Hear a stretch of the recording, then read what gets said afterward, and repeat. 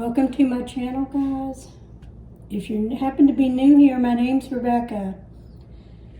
What do I have for you today? This is what I'm going to be working with.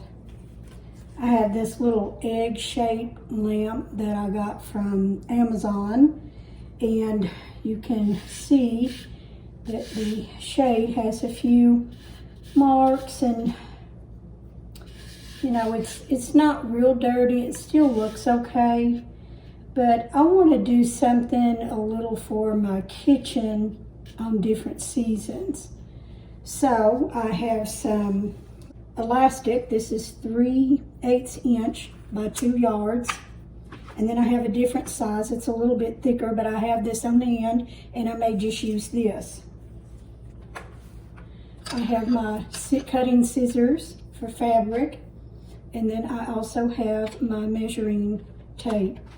I have picked out some fabric that I have on hand, and I have some that I thought maybe might look good for spring, summer, and fall. I do have some on hand for the Christmas holiday, but I'll maybe do that later. Maybe something for fall and winter, fall, Christmas, and winter, but for now I want to do something for spring and summer. So I'm going to put these colors aside. I have this beautiful off-white and green, which I think would just look gorgeous on here.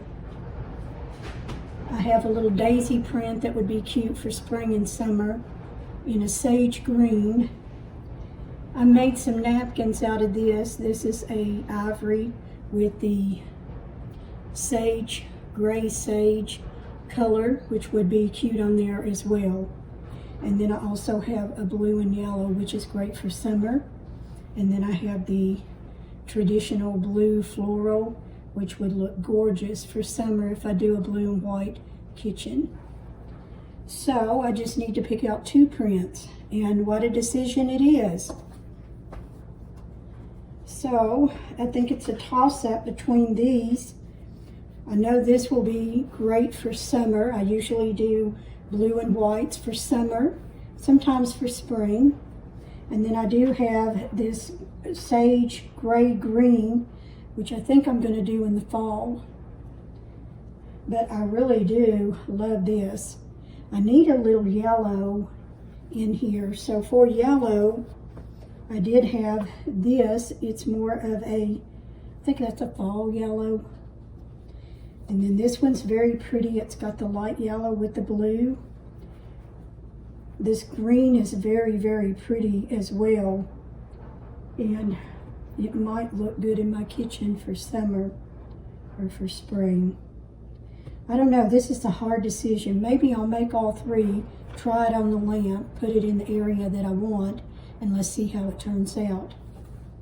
Now, before I cut my fabric, the first thing I want to do is take my, let me get this open. This is a little bit thicker, so it would be better for a thicker, a little bit bigger lamp. I do have one bigger than this, but if I make these, I can keep them and use them different seasons. So the first thing I want to do is measure the lamp shade, and you want to take this and go around the top base. Now this is a sew. This isn't the kind that you glue on. So I'm going to cut it right here. But when you sew this together, you can sew it on your machine or just by hand. You can do this by hand. You want to make sure that you're going to stretch this just a little. You don't want to stretch it too much. So it looks like I have a 1 inch over that gives me, when I sew it, I'm going to sew it just like this, that 1 inch over the other. And this is going to be the top. So I've got that cut, and then I'm going to do a 1 inch over and stitch this. Next, I want to take my elastic again, and I want to go around the bottom. And you want to get as close to that edge as you can, because that's where your fabric is going to be. So taking this about 1 inch overlap, I'm going to cut it here. Measure twice. And I've got about a 1 inch. I can actually take off about a 1/2 inch of that. Take this around. Hold on to it. And I'm just going to stretch it. Can you see that? That it's got a little, that it clings. And you don't need that much. So when you sew the bottom one together, you're going to overlap at that 1 inch. Stitch this together and make sure that you got it even, not twisted. And then we have that. The next thing I want to do is I want to measure the length of the lampshade. So this is 4.5 inches tall, but I want a fold over. I want to be able to have a fold over in about a 1/2 inch off the top and down at the bottom. So for 4.5, I'm going to need 5.5, and then I'm going to need a 1/2 inch fold over for the top and a 1/2 inch fold over for the bottom. So I need my fabric 6.5 inches tall. Okay guys, this is definitely not for sewing. We'll put that one aside, and I have this one. I know it's vintage, but we want to measure how many inches around at the bottom. Okay, this is 17 inches around at the widest point of the bottom of the shade. So I want to use this fabric. Yep, we will. Okay, and we needed 6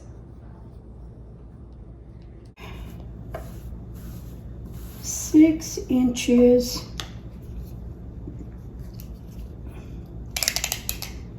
Oops. 6.5 inches.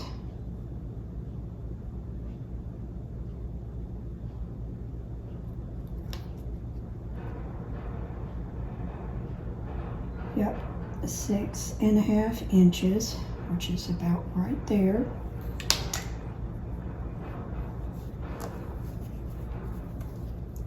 Almost in half. I want to cut that. Now guys, you can put this out on your mat and cut it precisely if you want. I'm one of these that cut and sew. I've seen my mama take a coat when we were young. We were very poor. Seen her take a coat and cut it down to a child size because that's what we would wear. That's just the way things were. Now, the lampshade at the bottom was 17 inches. And normally if it was a bigger shade, I would say double the fabric. But I don't think we want to go that far. So half of the 17 is 8.5. 17, 8.5 is 25. Let's cut this off. We don't need this.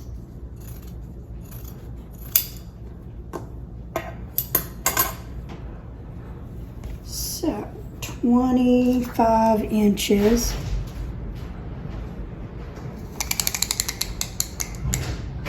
Coffee zone. I was just going to say it's coffee time. What you doing? Well, I'm redoing a part of my video. You want to take and fold this over that 1/2 inch. And if you want to press it, press it. And you want to sew that 1/2 inch down all the way on the top 1/2 inch all the way on the bottom here. Take this to your machine. Press it if you like, it sometimes helps. And then once you have this side stitched and this side, it's going to be backwards, face to face. And you're going to take these two and do your 1/4, that's your 1/2 inch extra, and stitch down this away after this is folded over. Okay? So once you do that, come back and I'll show you what I've done.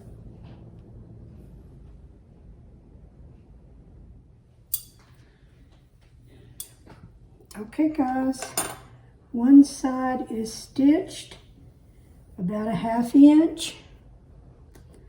Make sure you cut off all your threads and make sure you back stitch when you're sewing, always at your edges.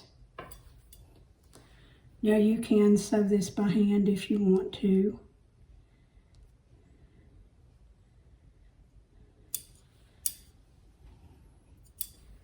All right, I'm going to take it back to the machine and I'm going to sew this side all the way down. Fold it over 1/2 inch and stitch it up. And I'll be right back. Okay, I am back.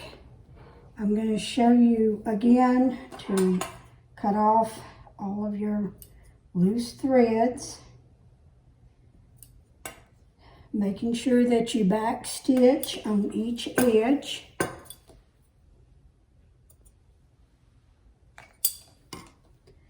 And I'm going to show you up close.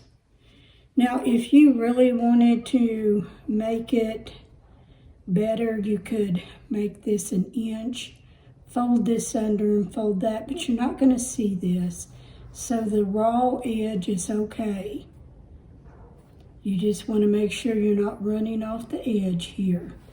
The next thing that you want to do is go take these two ends, and they should be even, which mine are, and you're going to sew 1/4 to 1/2 inch in. The normal stitch is always a 1/4 inch in, but if you want to go 1/2 inch, that's fine. But I'm going to take this in and I'm going to sew it. Let me lay it down here. Sew these two together. They're face to face, back side, because then we're going to turn this inside out. So we're going to stitch right down through here, back stitching your edges so they hold and don't unravel. I'll be back in a minute.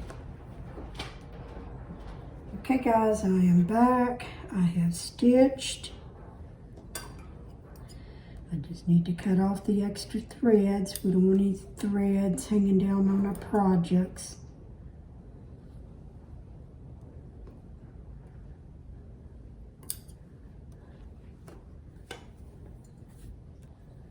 I'm going to take some pride in your work.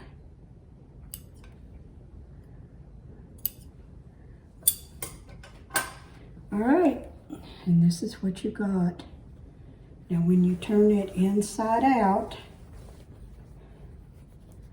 this is what it's going to look like. Here's your seam.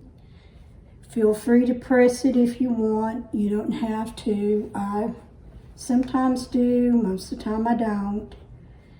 But this is where your fabric meets and you have one big circle, just like that.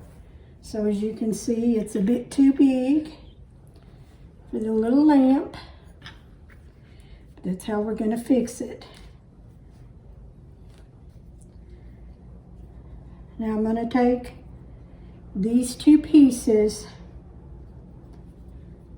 into my machine. You can hand stitch it, and overlap,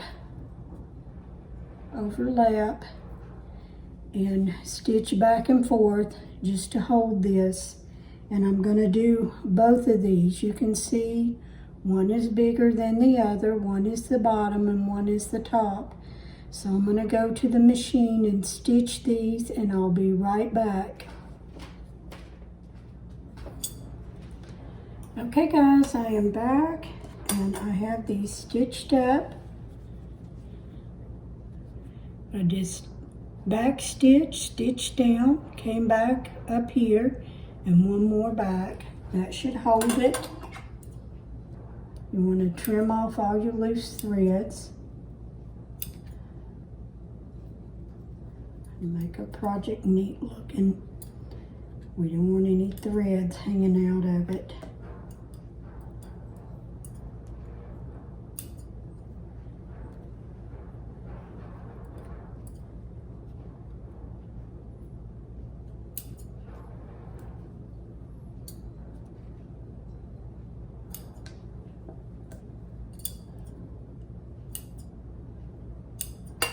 Okay. This is the bottom one. This is the top one. You're like, how are we gonna do it from here?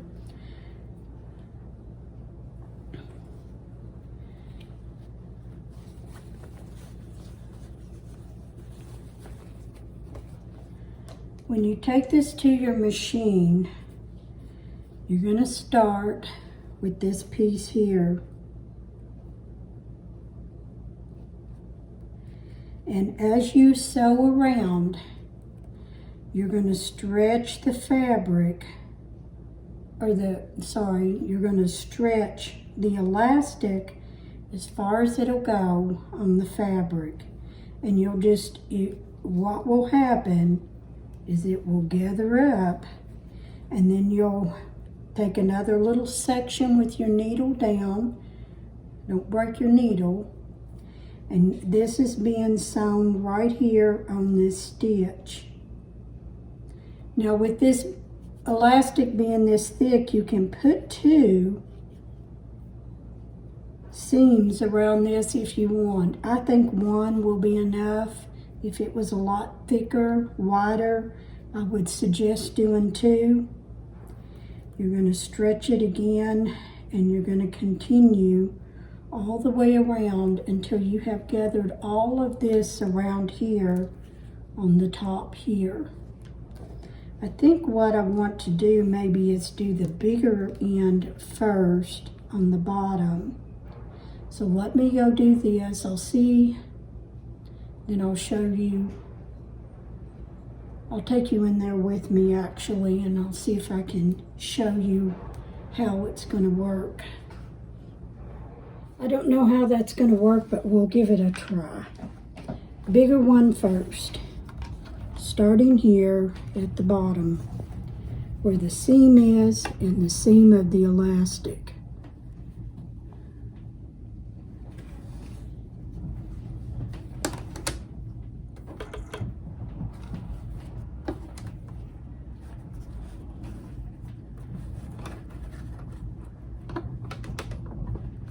Okay, I want to make sure that I back stitch. And I'm going to take this elastic here and I'm going to stretch it, and I'm going to work a little by little, because you're going to hold it. Your fabric is going to be straight. You want to stretch it as far as you can without, breaking your needle.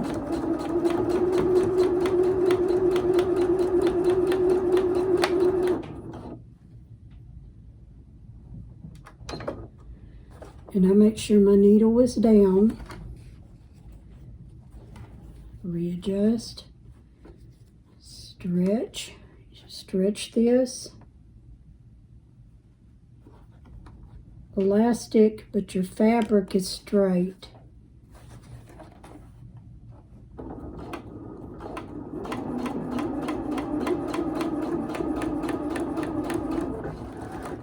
When you get a little confident, you can speed up.